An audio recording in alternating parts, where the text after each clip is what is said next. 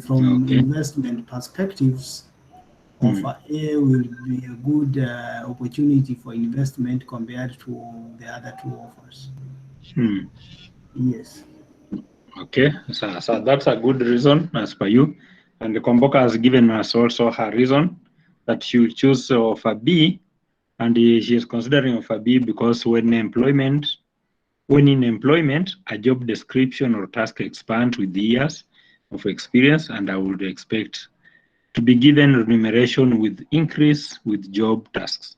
Yeah, so for Komboka, I feel that as you join, probably you'll join an organization as a clerk and you grow all as you work and gain experience, you also grow. You move from a clerk to a supervisor. From supervisor, you go to a higher level until you get to management or higher level. So in that case, there must be growth. So that's the reason for Komboka. Gasheri, okay, Gasheri will prefer offer B because she say with offer B there's a salary increase. Here another person,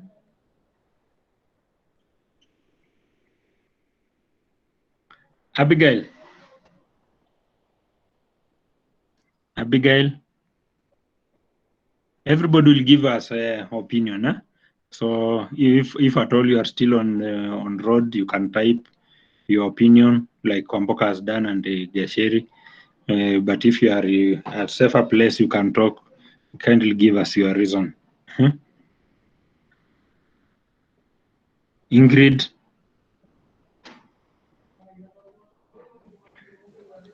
Yes, Gentrix, go ahead. I think I will go with the option B Option B, why? because like that is what you are used to. Like you expect when like you're in a place working, like your Mm. salary has to increase like each year. Yeah, Like that is what yes. happens in That also is places. normal. So me, I will take B. Okay, it's a good decision. A good decision. So you feel that what Alex has said is not realistic. It may not work in a normal circumstance because you may not be employed at a higher rate, and then as the years goes by, you get a salary decrease. Yeah, like in most cases, Mm. okay, what we are used to is your salary going up, not the other way. Mm. Because even Mm. if your salary goes down, you'll get demotivated, you know? Yeah. If you're in a place where you are earning lesser, like as years goes by, me, I don't think it's a good thing, but I'll go Yeah. with that. Okay. Yeah. And so yeah, Plus, that's I need to plan on how I'm going to spend this money. So yeah. when you just go to a place, maybe you still have the pressures of balancing between work and your life. You might get the money, but the way you spend the money, maybe it Yeah. won't be beneficial. Or you'll have challenges maybe planning yourself or something. Okay. Yeah, so I like the way you have brought in your argument. Ingrid will prefer B due to the fact that there's a chance of progression and salary increase. Alex, would you like to change that the other members are the way they are arguing? You may not get employed with the higher salary, and then as you grow in experience, your salary decrease. The more experience you gain, the lesser, or the more you are promoted, you getting a higher risk environment, and then we will also reduce your salary. Would you like to change your mind? Christine, Kaluki, your opinion?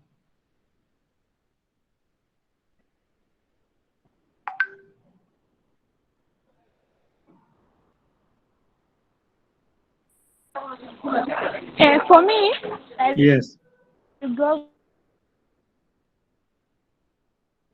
Unmute, kindly. Unmute and tell us.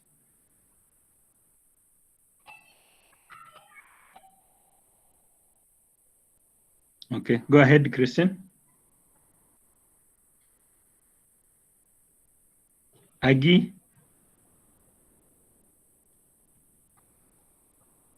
Agioma.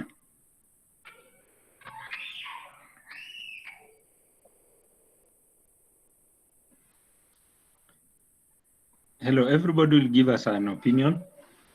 So Agi, Uma, ama ameenda kuona hizo vipindi. Albert is saying you'll choose offer B.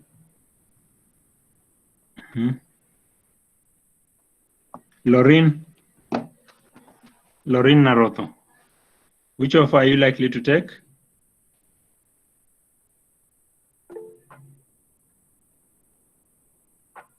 Agi will take offer B. Lorraine, you're on and off. Huh?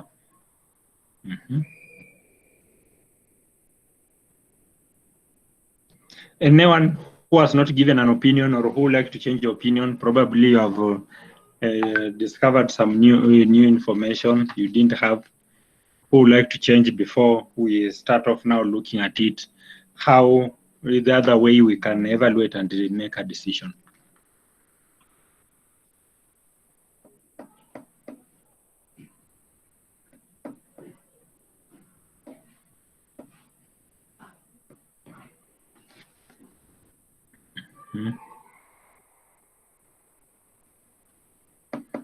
Okay, so we'll move on with the discussion and we'll see who has made the best choice or who has made the, okay, basically there's no wrong choice because from the statement you have seen that there's no employment and this person has been struggling to look for employment. Apparently, he has gotten an employment opportunity and he has been given those particular salary scales. So whichever way he chooses, that's an employment, so you cannot say it's a bad choice or a wrong choice he has made. After all, he has not been in employment. But now, I have intentionally asked you to give opinion of which option are you likely to take as an individual or as a layman. But whatever you are using, those are okay, a rational human being. You have been using your rationality to argue on which offer you will take.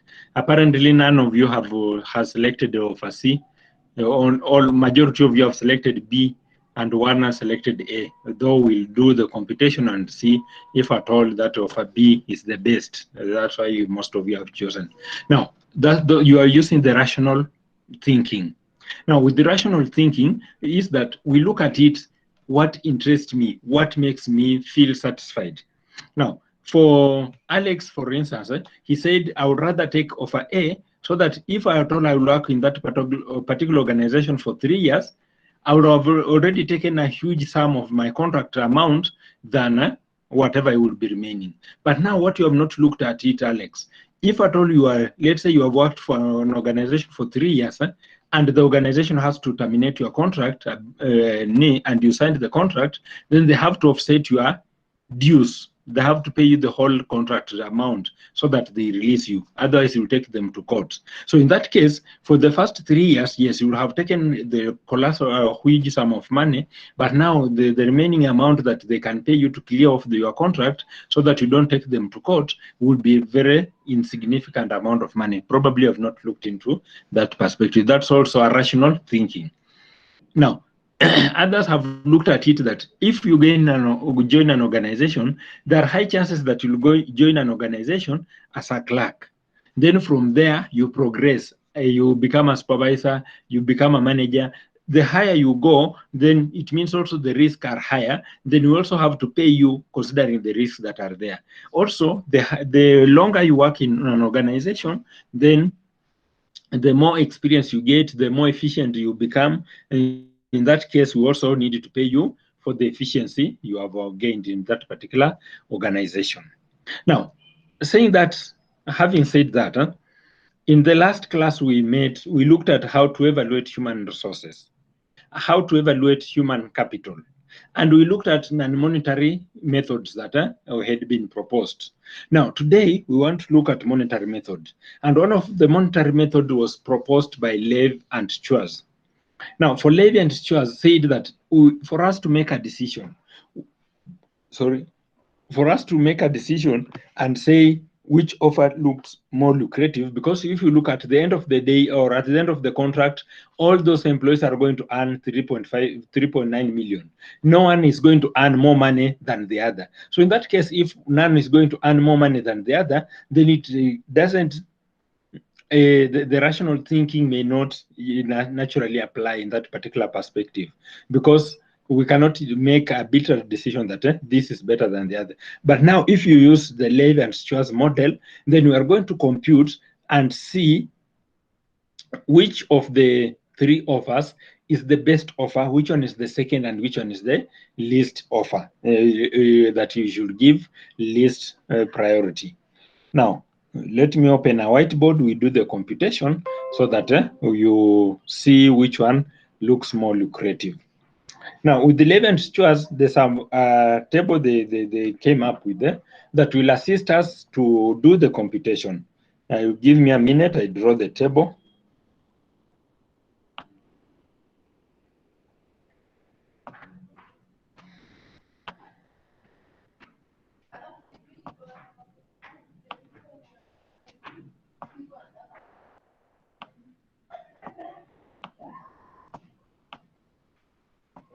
So the first column here is year, and under year, because he's working for 6 years, we'll have 1, 2, 3, 4, 5, and 6. Then the second one will be salary. So under salary, we'll enter the salary that he'll earn over the years. And then after that, we'll have PVIF.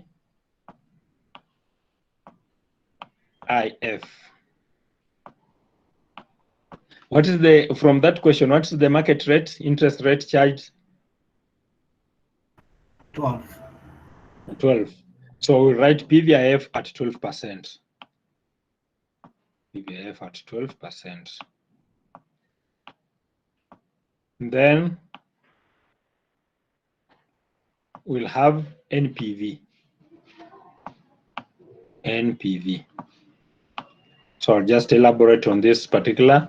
PVIF stand for present value interest factor. I'll repeat. PVIF stand for present value interest factor. So, and that interest factor is at 12% because that's the market rate. Now, NPV stand for net present value. NPV stand for net present value.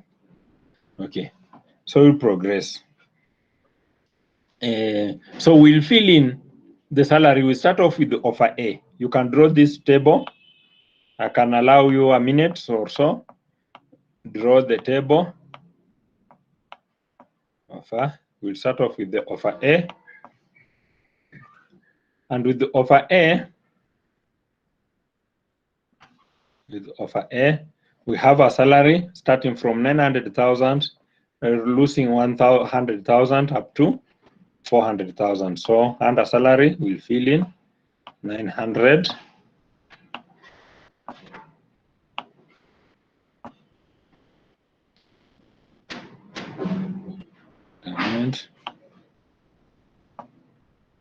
Okay, because for me, I'm using a keyboard and a mouse to draw or to write, and it's somehow cumbersome. For my sake, I'll put here 3 zeros so that I don't have to keep on repeating the same. So I'll just write here year 1, 900, year 2, 800, year 3, 700, year 4, 600, and then 500, and then the last one is 400.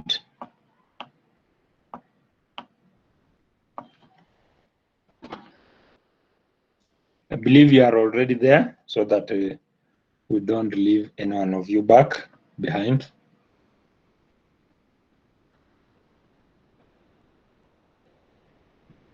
I've given you. Yes? There's an observation I want to make.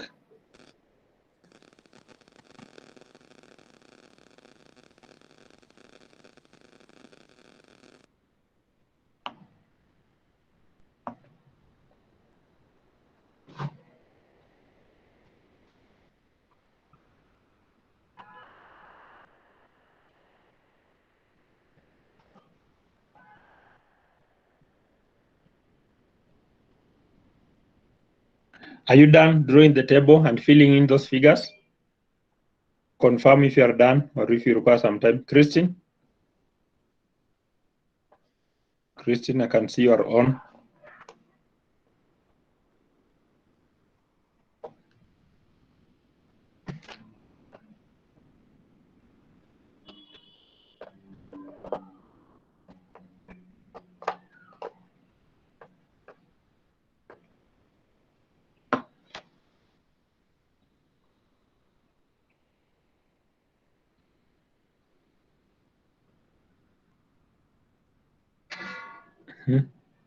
Are we done drawing the table? Yes. Okay. Anyone who is still pending? Of course, we want to move on to the next table. Okay. So we'll move on to the next table that we want to use that information. I had also sent this table earlier. And now on this table, we are interested on a PVIF. And I've said PVIF stands for present value interest factor. So we look at the table name of the table. Now table 1, it has a name future value interest factor. So that's what that is not what we are interested in. We are interested in present value interest factor. The table 2, when you check on table 2, it's also future value interest factor. So we are not interested in a future value interest factor. We are interested in present value interest factor. So we'll not use that table 2. And I'm showing you this because for exam purpose, you may not be given just one table. There are chances that you'll be given two table, at least two table, so that we test to see if you know what you are supposed to do or we are doing just guesswork.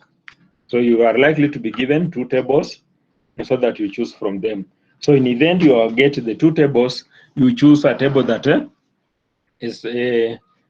is needed for that particular task. So table 3, on table 3 now it's a present value interest factor. I believe you are able to read that title, table 3, present value interest factor. Now, on that table 3, because that's what we have been looking for, that's what we'll use for our computation, then let me elaborate how it's being, how we'll read the information from that particular table. Check on your extreme left. The first column is indicated as period, and the period start from 1, 2, 3, 4, 5. It goes all the way to 25. Now, those are the years from year 1 to 25. But for us, we will only use information for year 1 to year 6 because he's only working for 6 years. Our contract is for 6 years. Now, look at the top, the first row at the top. It's indicated percentages from 1% to 20%. But now for us, we are interested with the 12%. Have you identified where 12% is? Look at where 12% is. Let me try and shade mine. Yes. Yeah, I've shaded mine. I believe you are able to see more clearly. So now, this is what we are looking for. This is what we are referring as a PVIF 12%. PVIF 12%. So I will request you to fill in those PVIF, those values for PVIF 12%. Fill in your PVIF table, the table you have drawn. This table we have drawn. Fill in the PVIF value on that particular column for PVIF 12%. So starting, the first one for year 1 is 0.8929. So write those figures as they are, don't alter anything. Start with 0.8929, then 0.7972 downwards up to year 6. I'll give you a minute to do that. You have a minute to write that.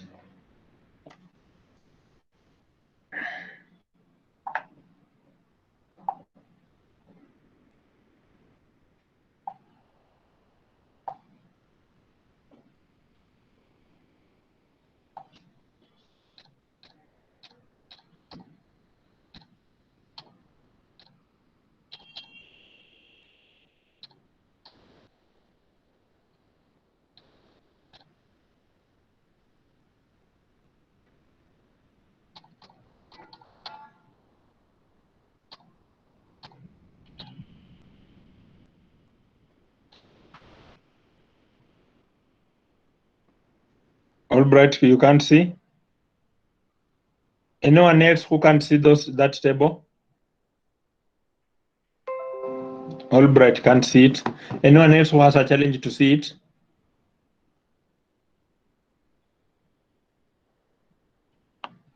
Is there anybody with a challenge? Probably. Okay.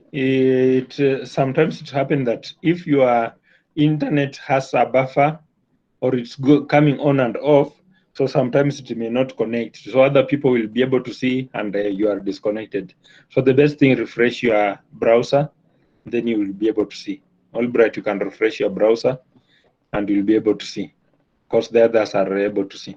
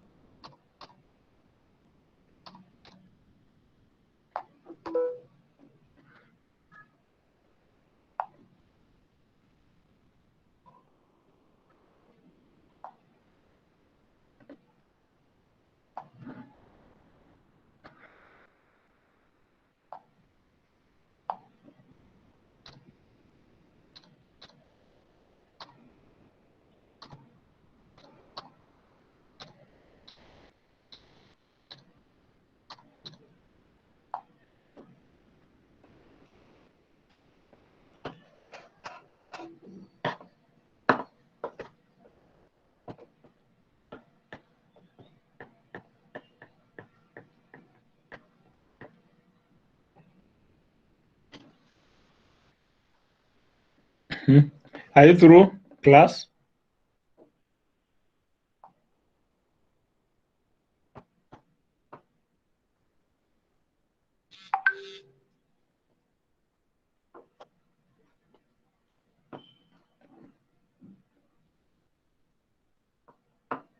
Are you through writing that information? We move on to the next item.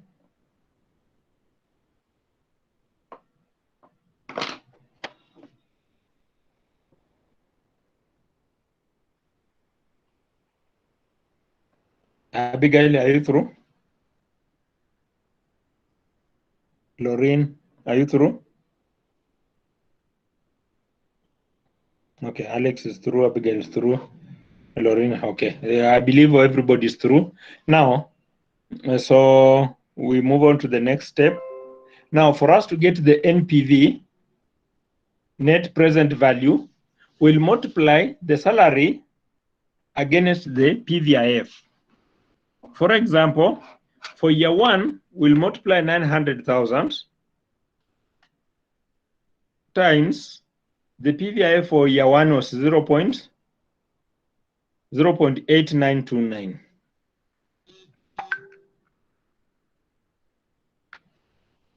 So we multiply 900,000 times 0.8929.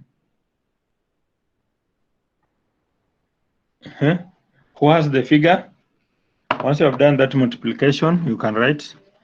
Thank you, Alex.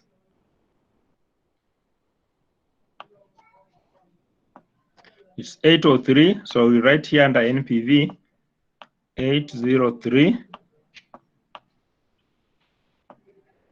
610. We go to year two. Year two, we have 800,000. We'll multiply by 0.7972.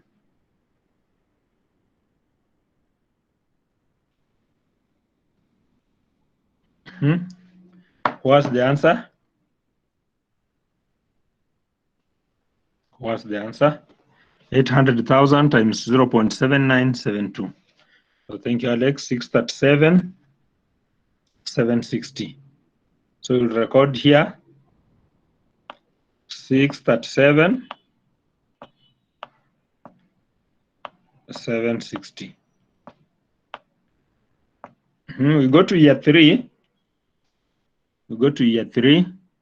We'll have 700,000 times 700,000 times 0.7118.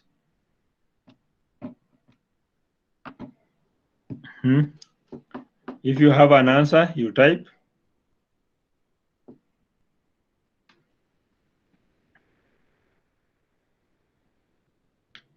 700,000 times 0.7118. So 498,260. Okay, thank you Gasheri. At least you are giving me hope. Niko nashangaa ni Alex peke yake ako darasa. Thank you. So 498,260. So we record here 498,260. So we go on to year 4. Year 4 will do 600,000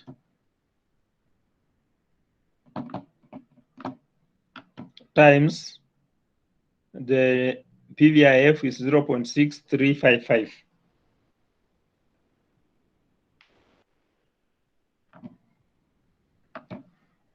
If you have an answer, thank you, Lorraine. 381, 300. Thank you, Lorraine. 381, 300. Thank you, Christine, for confirming. We go to year 5. Year 5 is 500,000 times the PVIF at year 5 is 0.5674.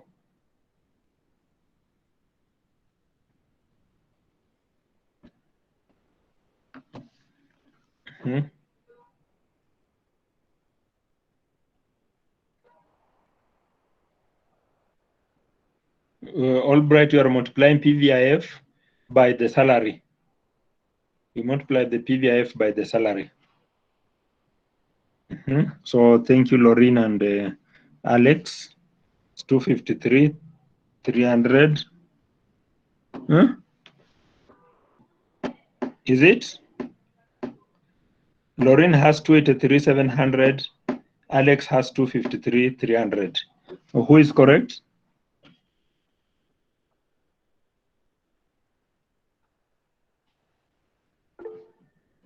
It's 283. Sherry has 283, 700. So we'll record 283, 700. Alex, kindly confirm the figure you have used. 283, 700. We go to the last year. Last year is 400,000. 400,000 times 0.5066.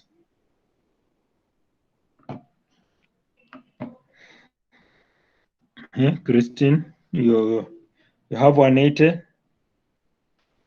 920. Let's wait for another person to confirm what Christine has.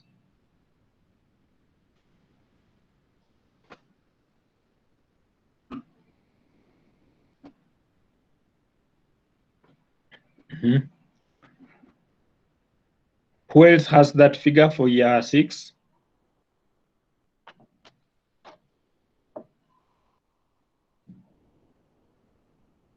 Who else has that figure for year 6?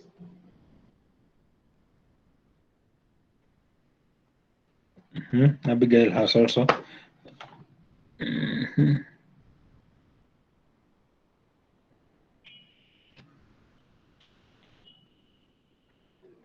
Okay, Lorraine, Gentrix, and Kwamboka have 202, 640.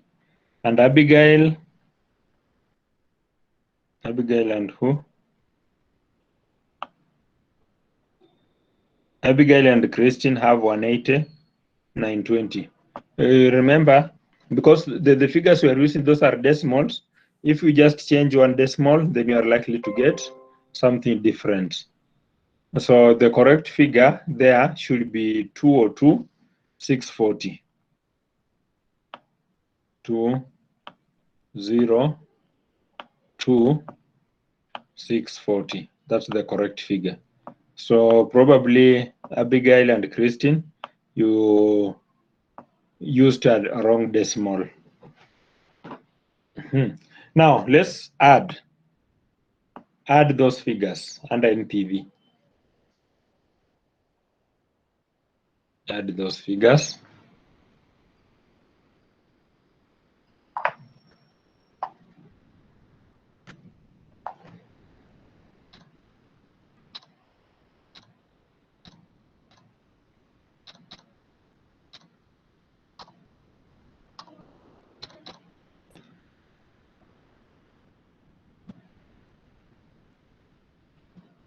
So Gentrix has 2,807,270. Anyone else who has a different figure? You can post your figures. Can post your figures either to confirm what Gentrix has or to counter.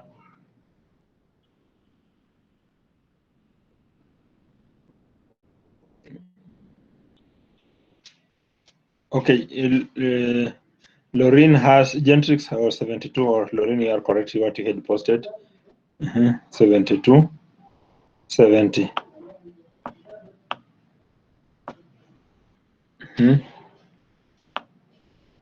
So that's the net present value of that particular offer A. We go to offer B.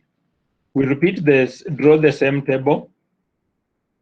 Draw the same table for offer B.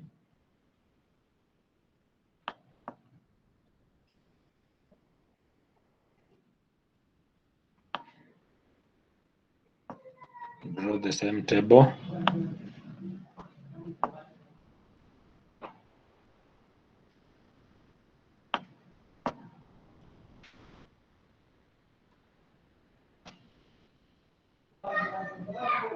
Have here. Have salary.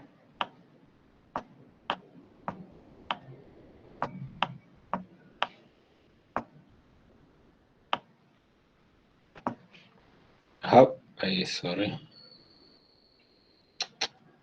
sorry, using a mouse sometimes it's technical.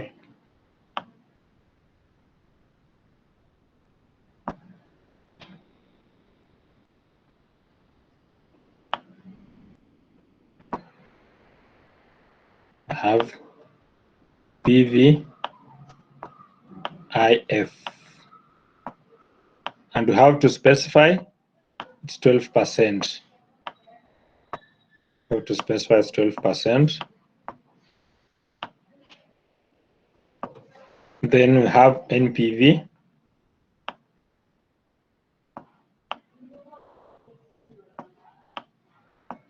So, and we're talking about offer B.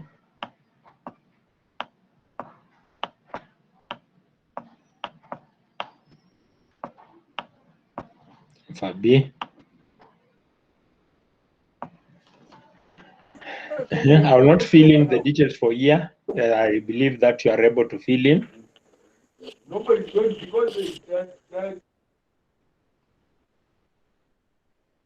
I'll not fill in the details for year.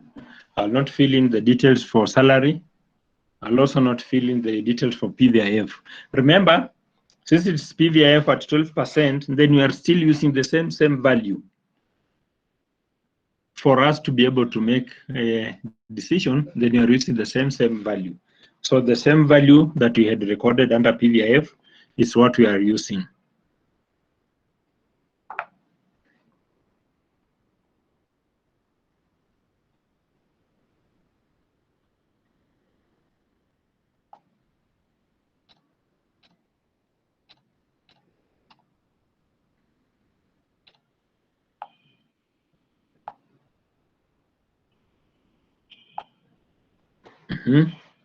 So what I expect from you, you'll give me the values for NPV, starting with the year one. You'll give me the value for NPV, starting with the year one.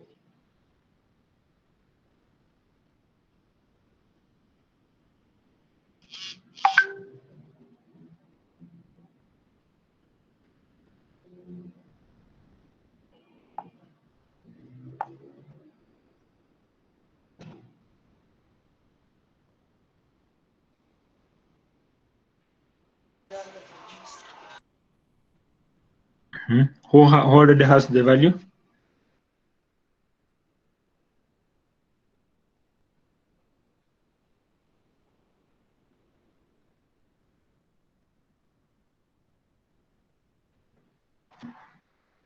Once you get the value for year 1, kindly type on the chat.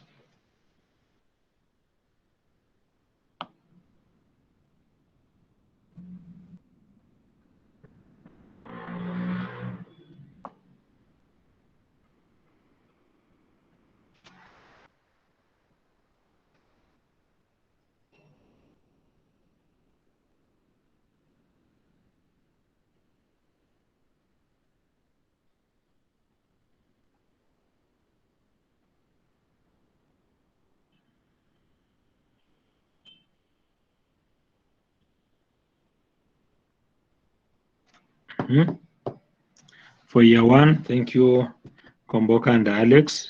The 357, 160. So right there. My whiteboard is so 357, 160. Year 2.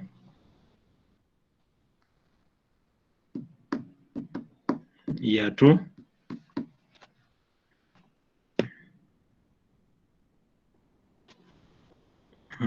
Thank you. 398, 600. 398, 600.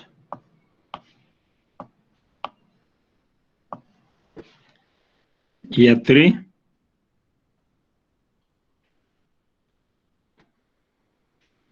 Year 3. And other members who are not contributing in class, do you have a challenge or you don't have a calculator?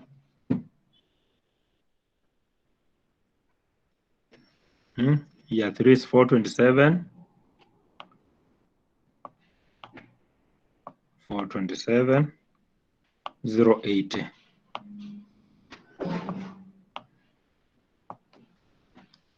Year 4. Year 4. Year 4, 440, 444, 850.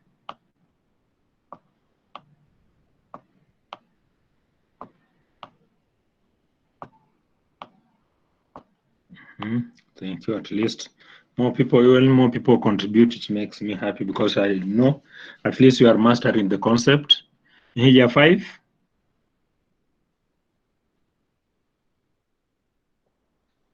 Year 5.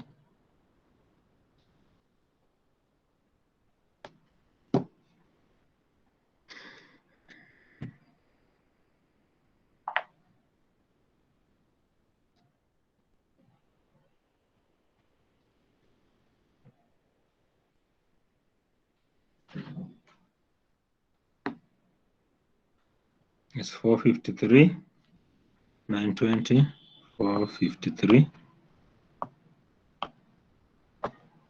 920. Okay. Thank you, Lorraine. You have already given us for year 6. 455, 940.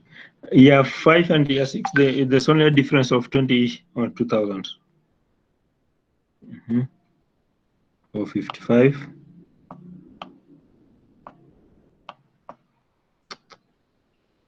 Let I erase that.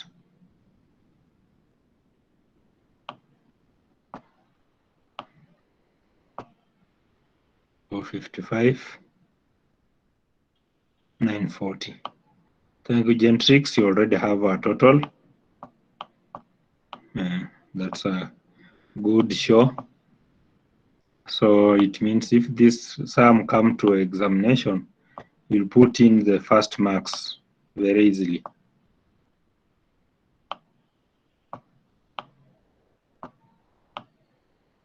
That's the last one correct, really? I'm getting it yes, wrong. The last one, yes, sir. I'm getting a different answer for the calculation for year 6. For the yes.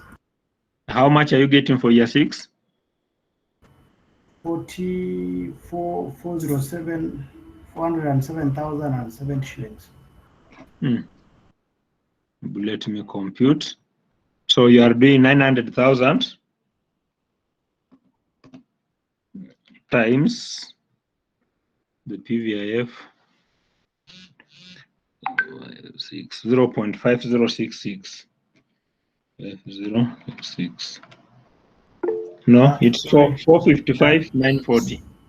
Yeah, that's correct. I used the 7th here instead of the 6th. Okay, Okay, sorry. Yeah. So you use up to year 6. Okay. So we have the total for that particular offer. So we'll go to offer C. Go to offer C and see how much we are going to get. So you draw the same table.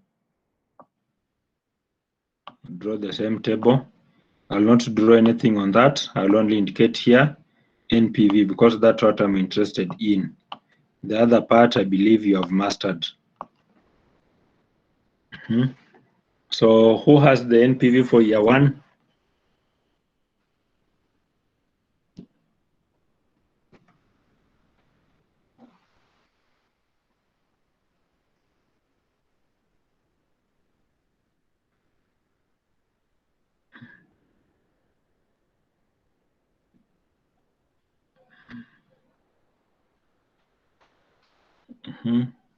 Once you get NPV for year 1, go ahead and post.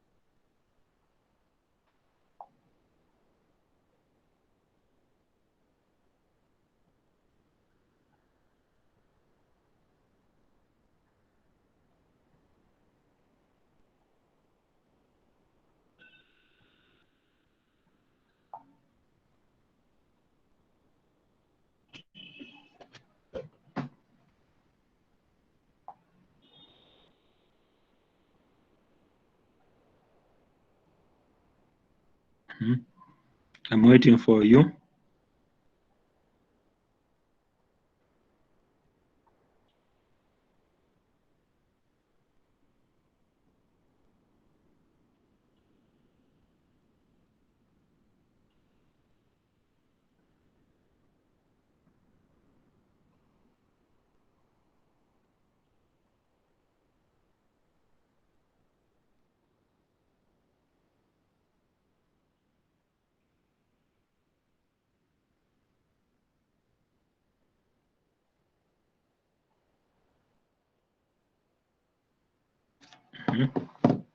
Thank you, 580.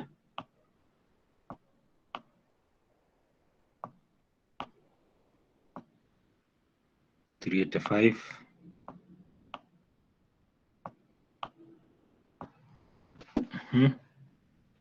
Progress.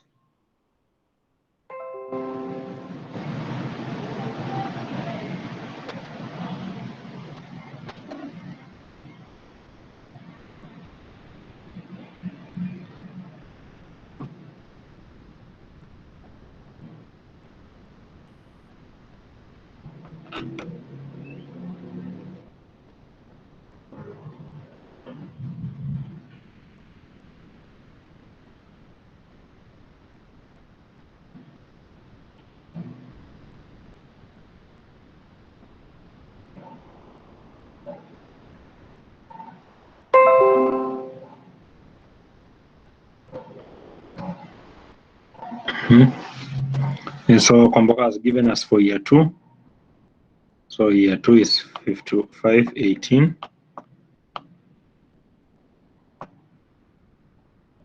$180.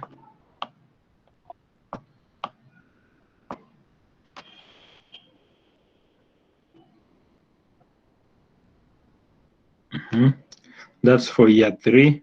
Thank you, Abigail and Komboka. $462.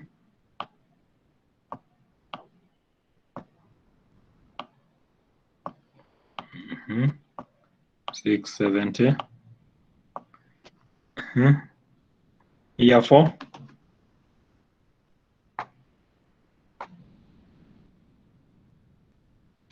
Year 4.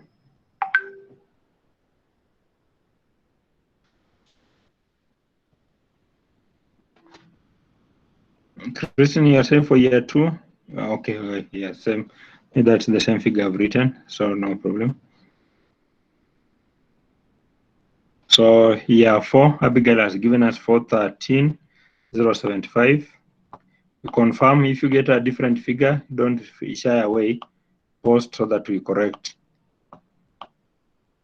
The next one.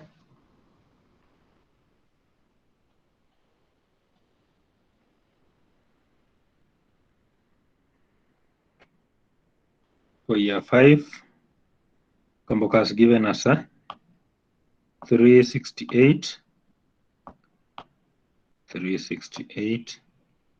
810.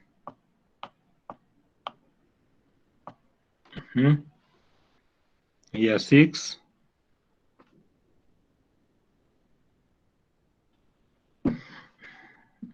will give us year 6.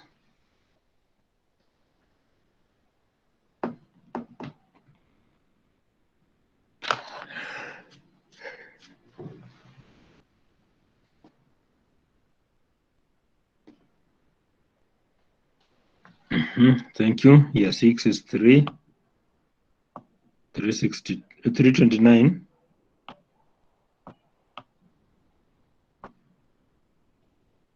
329, 290.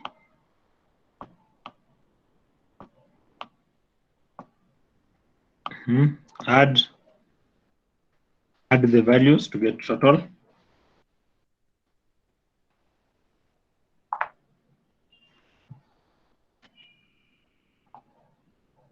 There's nothing to gain, nothing to lose in this life. You came with nothing. Whatever the hell is happening, you're on the profit side. Isn't it, sir? Did you come with this? No. You come with nothing. So whatever the hell is happening, you are always on the profit side, isn't it? And anyway, they don't allow you to take a cut. Thank you. I have a total of 2,672,410.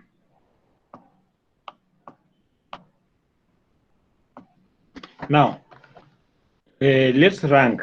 We according to whatever you have computed, which offer has the highest NPV? Which offer has the highest NPV?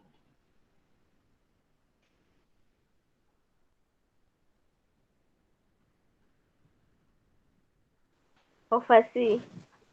Offer C. C has the highest. No. It's A. It is A. Yeah, A. it is A. So A will be number 1. Which offer has the second? Number 2? Number 2 will be C, then the last one will be B. Then number 3 will be B. So we have done the ranking. So it will be A, C, B. So the first priority should be go to A. So did any one of you choose A? Whoever Yes, chose I did. A, you can celebrate. Yeah, I did. Yeah, you made a better decision. Who chose C? Albright, you chose B. You want to rig? Christian, you chose B. You want to rig? Who chose C? None. So none is celebrating. So the others, you can clap for yourself as you mourn. Pole pole, you chose the wrong, the worst offer from the 3 of us. Yeah. So now this according to this gentleman called there's an this offer favors employees and not employer. Why do you think? Why do you think so, Kwamboka? Why do you think it favors employer, not employer? No, it favors okay. It favors both the employee and the employer. In that, if at all you have to leave the organization before you conclude your 3 years, in that case you'll be given the employer will have lesser liability to pay you. Then for employee, again for employer, it also favors them in that when you come in, you're coming in with the lesser experience, but as you grow in experience, the employer also reduces the cost. So by the you come in with less experience, yes, we pay you much. Probably the amount of money we'll pay you, use it to go to learn. You pay tuition fees to get into schools and all that, gain experience, come work for us. But as you continue working, we continue reducing the cost. So by the time of you are in year 4 or year 5, that's the peak period in your organization. But now that's the time we are paying you the lesser amount. So let's look at yeah, yes, new employer earning more, but not all organization will give you that way because the bottom line is that with this particular offer, they're giving a fixed amount of money. So they have given us a fixed amount of money, that's 3,900,000. So it's only the modality of payment that you negotiate. You'll be given more money at the beginning, lesser at the end, but still it's realistic to some of the projects. Not to all employment. Okay, generally with the Employment Act, you find that we can't disadvantage you. We can't give you more advantages at the beginning, and as the years go by, we disadvantage you because if you are earning, let's say, 30,000, then you can only earn above 30,000 and not less than 30,000, and that's what we've said that that's the rational thinking.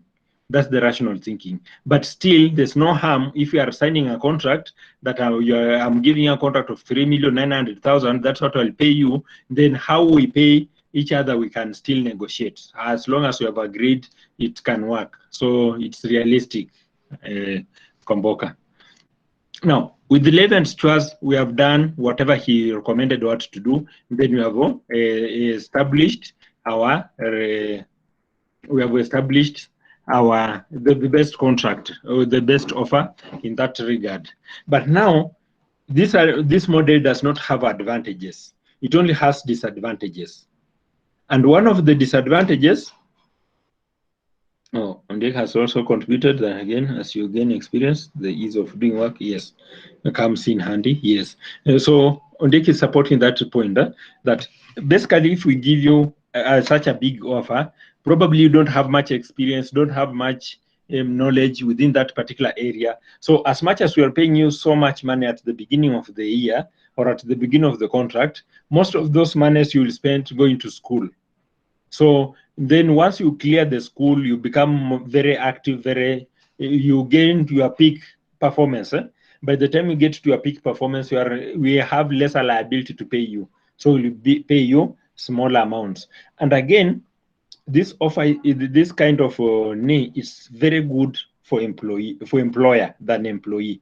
Because for an employee, if at all the agreement was you have to serve for 6 years, if at all the employer terminates your offer, then he has to pay you the full cost, the full cost of the contract. Likewise, if you are to leave, then you'll have to compensate the employer. Get it? But now, as much as you have agreed, we'll pay you in that modality, we'll pay you more money from the start, and then we'll be reducing as we go on. Those are the agreements we'll have made. But now, when you have worked, let's say, for 3 years, we'll compute how much were you to earn in 3 years rationally. And now we'll use that the way offer C is paying a constant amount.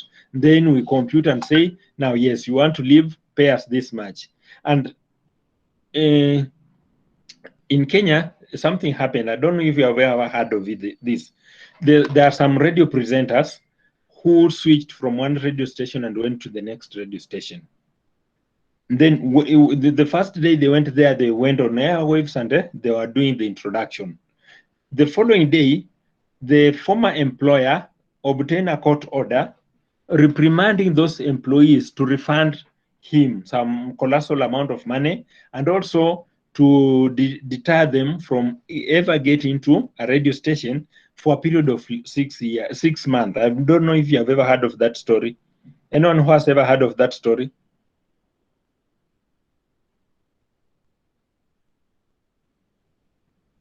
Have you ever heard of that story?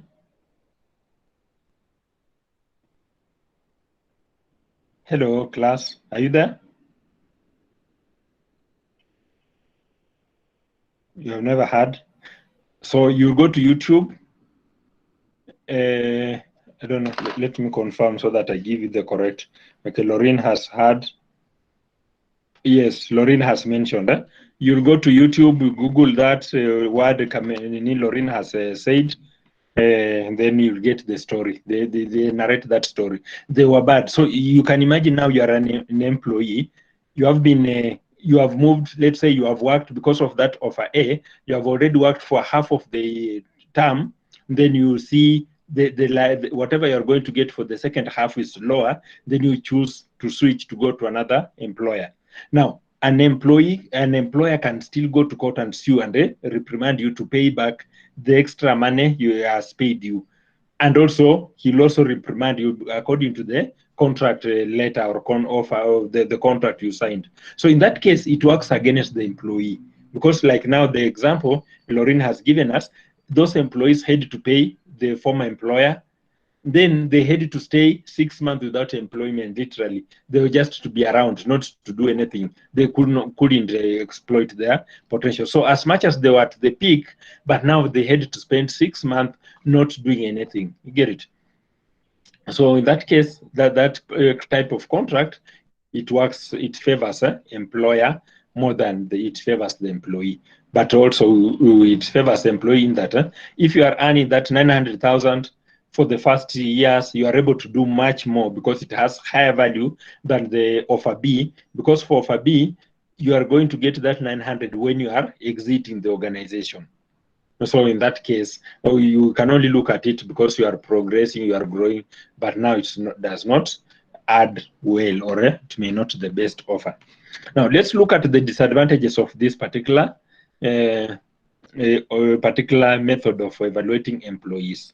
The first one, this model implies that the future work conditions of the employee will not change over a span of working life, but will remain the same as at present.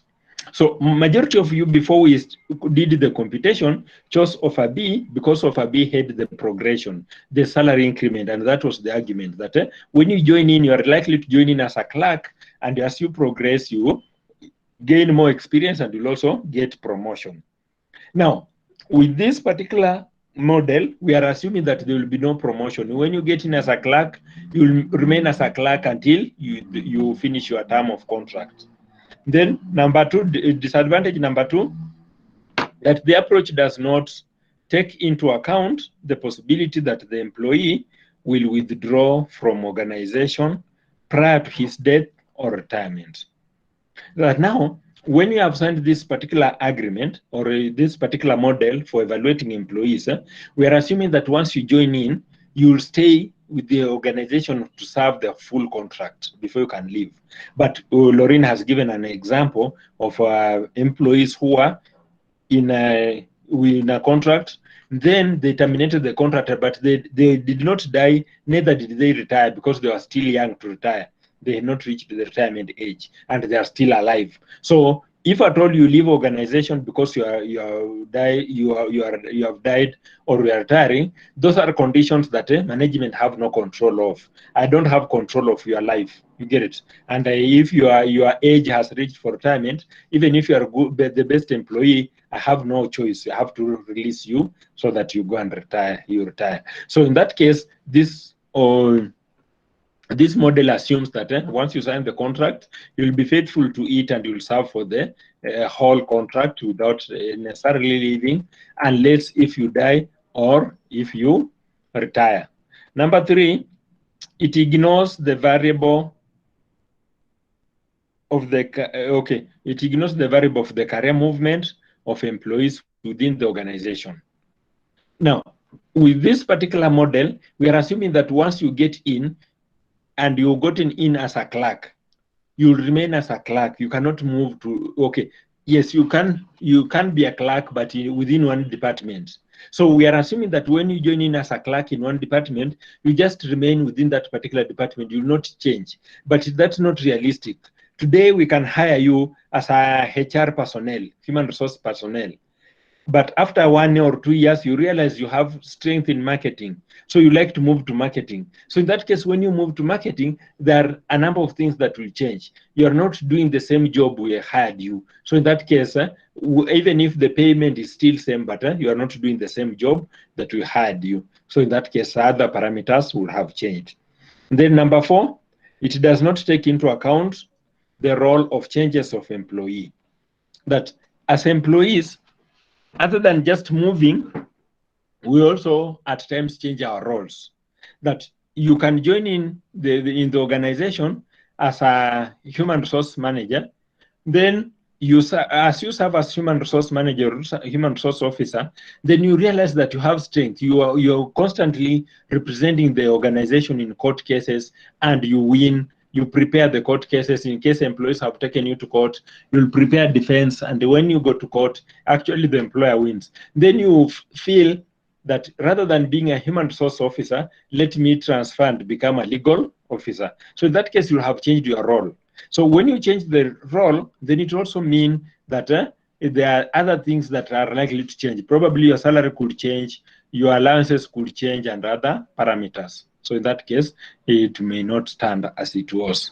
The last one, that this method does not give correct value of human assets, as it does not measure their contribution to achieving organizational effectiveness. That in this case, we have only looked at salary. How much are we going to pay you? But we have not looked into, we have not considered how much are you now generating for us. You get it? Now, if I was computing for Kim, then this model is only concerned about how much am I contributing to Kim? Okay, how much am I taking from Kim as salary? But it's not talking about how much work or how much contribution I'm taking to Kim. I could probably be drawing a salary of 200,000, but in a month I'm generating revenue of 1 million. You get it? So if I'm generating revenue of 1 million and I'm only given 200,000, then still there's much I'm contributing. And you'll find that someone else could be drawing a salary of 300,000, and his contribution or her contribution to Kim, he's probably only generating a revenue of 400,000. So he's only contributing a small margin to Kim compared to whatever he's taking. So in this method is not realistic in that perspective. So other than that, there was also another researcher called human resource manager called Scapello and Teke, who did a research in 1989, and they also criticized this particular model, and this is what they said, that if human resources value could be measured, the knowledge of what value could be used for internal management and external investor decision making. However, until human resource accounting advocates demonstrate a valid and a generalizable means of measuring human resource value in monetary terms, we are compelled to recommend that researchers abandon future consideration of possible benefits from human resource accounting. That the Scapello and Teke, they're saying that so far we don't have any evidence that we can use to measure human resource capital. That we don't have evidence, we don't have capability that you can say this is what you can consider and say this company has this capital in terms of human resource. Because we could be looking, there are several methods that we have looked at how we can evaluate. We could be looking at how much are we paying.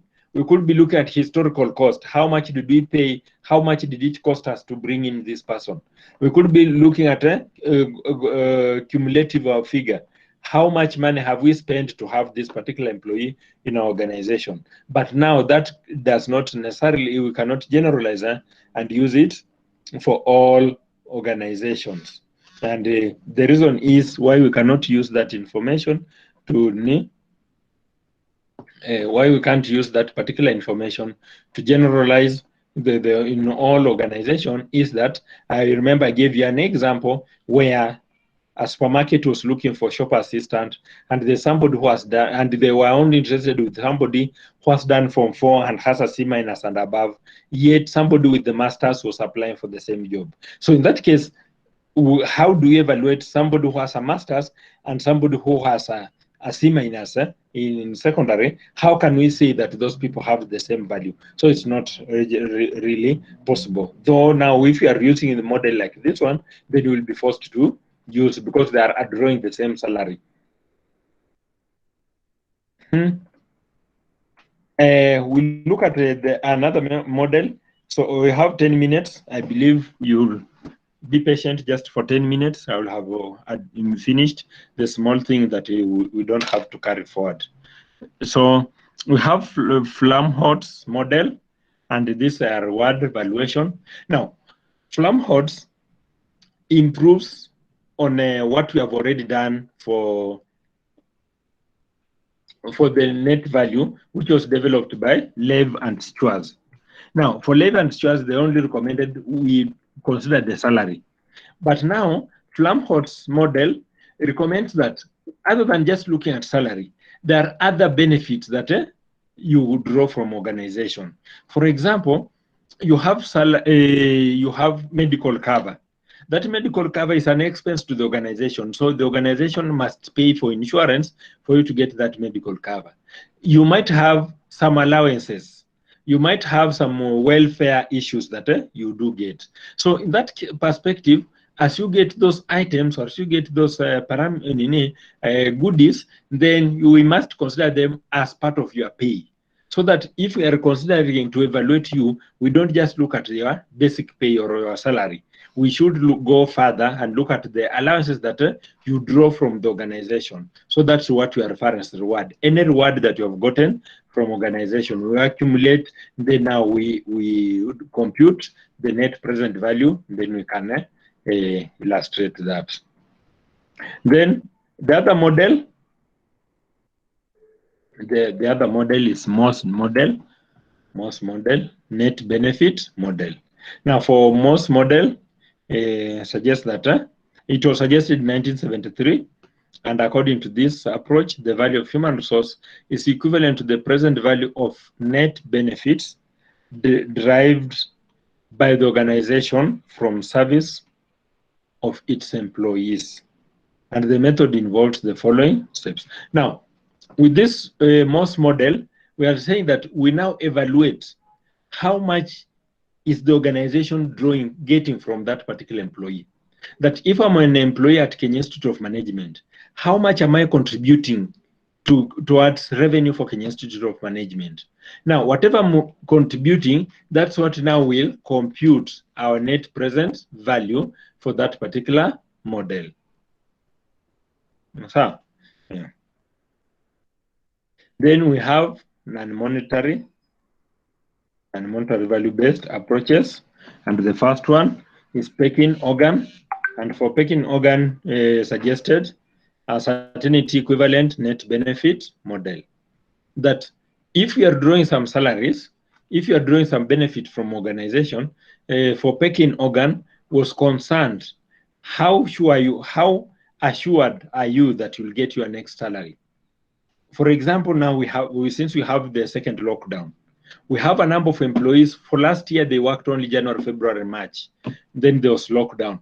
The whole 9 months, they never worked. They never earned a salary. For this year, they worked January, February again, March, there's another lockdown. So if this lockdown is going to go ahead for the next until December, as it was last year, then how are these people going to generate some revenue? Is there likelihood that they're going to be paid? Get it? We have some, some employment that when you are there, you're not certain, even if you have worked until the end of the month. For instance, you have worked for the March. We have some of you who are not certain how much you are going to earn for the month of March, though you have already offered the service. And you are not certain how much you'll earn, and you are also not certain when are you going to get this money. So Peking organ was mostly concerned about how much are you going to get those models, how sure are you are going to get that particular benefit from that organization.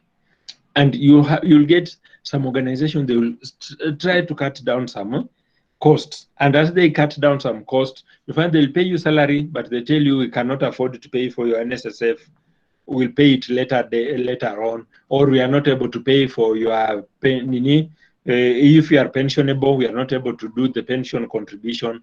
If you have a medical cover, we are not able to pay for the medical cover. You only realize when you go to hospital, and then you are told this card is not up to date. So in that case, you cannot benefit from it. Let's look at the last one. And the last one is a SK Chakraborty model and aggregate payment approach.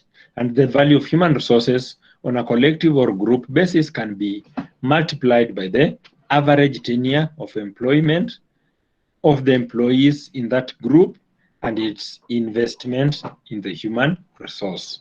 But for SK Chakraborty, this is what he suggests, that since we are here 11 of us, if at all we are paid as a cumulative salary of 2 million, then this 2 million is what we say the company has invested in human resources. For this particular HR manager, he does not look at how much do we get from that. We could be earning 2 million, 11 of us, but one of us could be earning 1 million. Another person is earning 200 or 300,000. Then now whatever remains, 700,000, is what is left to be distributed amongst the 9 of us. So in that case, for Chakraborty, he's only looking at how much cumulative we are paying to employees. Then whatever we are paying to employees, that's the investment you are making in our human resource. So he's not looking at what an individual is getting. For the other models, they are looking at what an individual is getting, but for Chakraborty's model is looking at what the organization is paying as a cumulative. So any question pertaining that information we have discussed today? Yes, I have a question on the model that we are working on, the Levan-Schwartz model. Yes. On the document you shared, Yeah. that was we settled on page 3. Yeah. Table 3, that is. Yeah. But I'm looking at, for instance, table 1, it's titled Future Value Interest Factors for Single Cash Flows. Yeah.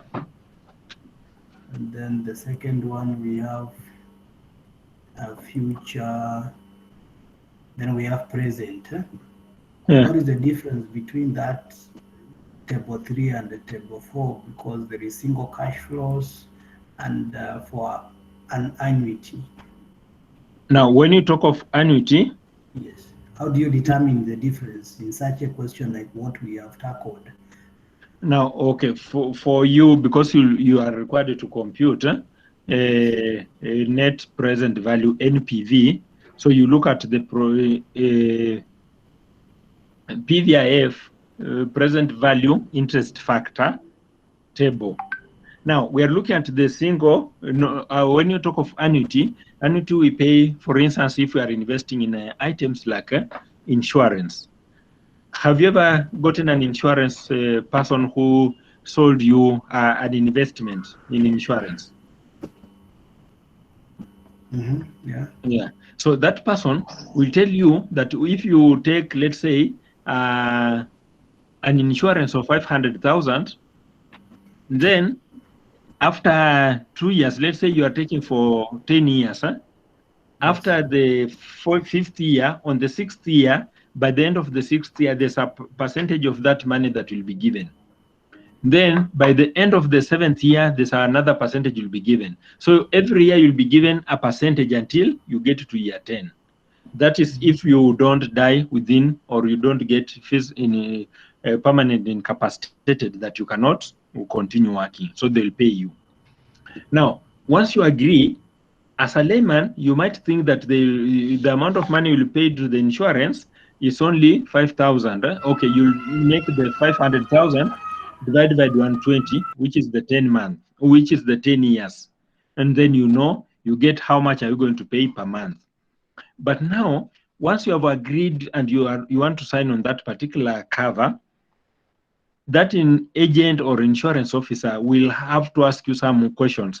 If you have any historical case, a medical case that you have ever been hospitalized for a long period, you have ever been admitted for a long period, what was the nature of ailment, if you have any hereditary disease, he'll ask you about age. So whatever he is interested in, he wants to ascertain what are the risk factor, what are the chances that you may not live for the next 10 years. Now, once you have ascertained that, and now he'll use that annuity, the table for annuity, to compute and tell you, now this is the much you are supposed to pay.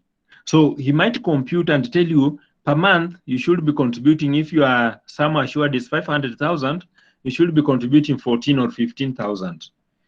You get it? So now he'll be using that annuity. So it's mostly used when you're computing how much you are supposed to pay for things like insurance or pension. But now, for present value, future, we are looking at this money. You are going to get the this is what you are looking at. If you are taking for that insurance, you see you are paying the insurance fund company money today, but you expect to be paid back in a later year. So that's why you are using the annuity.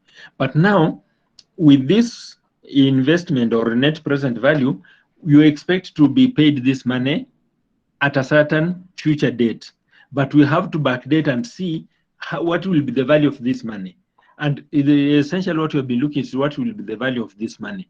That if you earn today, let's say if you are taking the first project, first offer, then it means you are going to get the higher value of that contract sum from on the first year. You get it? And those percentages have been reducing, and that reduction in percentage, it means that as the years goes by, the value of that money also reduce. So if you compare, let's say, project A and project B, or offer A and offer B, look at the first year when you are getting 900,000, and also look at when you are getting 900,000 in offer B.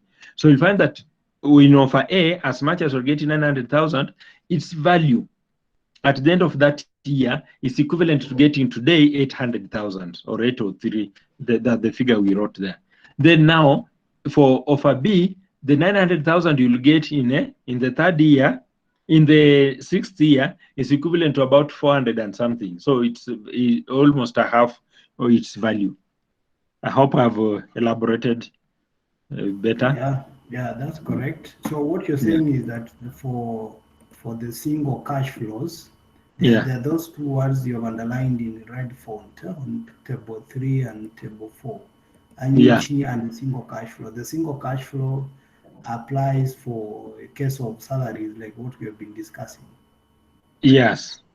Okay. Like what we have been discussing, so that what to apply. So in the case of exam, you'll always be given, you might be given, okay, mostly you are given 2 tables. So you have to choose. It will have only, okay, for this one head 4, but now for exam purpose, you'll be given 2. So you choose between. So one will be future value, another one will be present value, so that we test, are you able to identify which table you're supposed to use?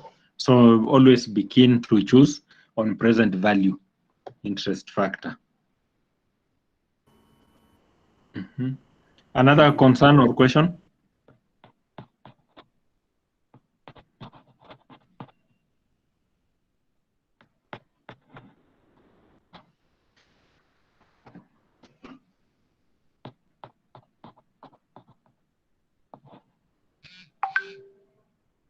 Another question or concern?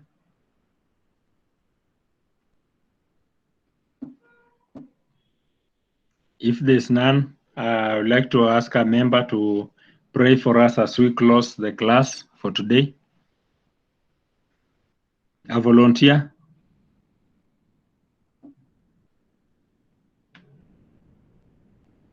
Any volunteer who will pray for us?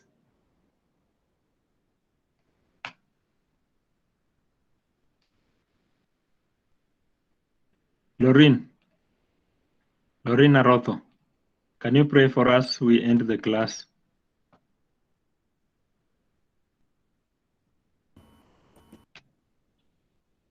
Okay, Alex, you want to pray? Pray for us, and then we end the class. All right, thank you. Let's pray. Dear Heavenly Father, we come unto you this moment. We thank you for the gift of life. We thank you for your blessings, for the grace since this class started today until this point when we have come to the end of it. May the knowledge we have gained help us, and may we be able to apply it in our daily duties at the workplace, Lord. As we go to rest tonight, we pray that you bless us, you protect us from any evil, dear Lord. I pray this, believing and trusting in Jesus' name. Amen. Thank you. Okay, thank you. So have a wonderful evening and a good week ahead. Let's meet next Monday, God willing. I believe whatever is remaining for us to discuss, it might take us 2 or 3 lessons, maximum of 3 lessons. We will have finished the syllabus so that you prepare for exam. So I wish you a wonderful evening and a wonderful week. Be blessed. So I've recorded the lesson for today. I will share the link once I've uploaded on the YouTube, so that you for those who like to refer, those who are on the way, you can still refer to it. So I'll share the link with your class rep in due course.